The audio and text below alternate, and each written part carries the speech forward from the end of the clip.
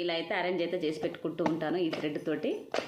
మళ్ళీ అలాగే నేను మగ్గం వర్క్ వేసుకుంటా అని చెప్పాను కదండి, దానికోసం అయితే నీట్గా ఇలా అరేంజ్ అయితే చేసి పెట్టుకుంటూ ఉంటాను, ఆర్గనైజ్ అయితే చేస్తూ ఉంటాను.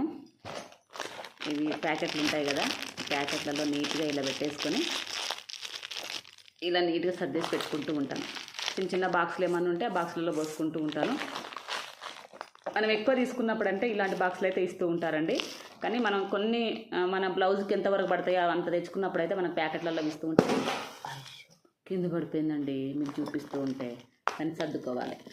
ఇవి బీడ్స్ అన్నీ ఉంటాయి కదండి, షుగర్ బీడ్స్ ఇవి ఎక్కువగా అయితే ఇవే ఎక్కువ యూజ్ అవుతూ ఉంటాయి. అలాగే మనకి దద్దోజీ అంటూ ఉంటాం కదా, ఇది కూడా ఎక్కువగా యూజ్ అవుతూ ఉంటుందండి. దీన్ని అయితే నీట్గా స్టోర్ చేసి పెట్టుకుంటేనే బాగుంటుంది, లేకపోతే మనకు ఖరాబ్ అయిపోతూ ఉంటుందండి. అంటే స్టిక్ పడ్డట్టు అయిపోయి తెగిపోయినట్టు అవుతూ ఉంటుంది, మొత్తం ఇలా లాగుతాను.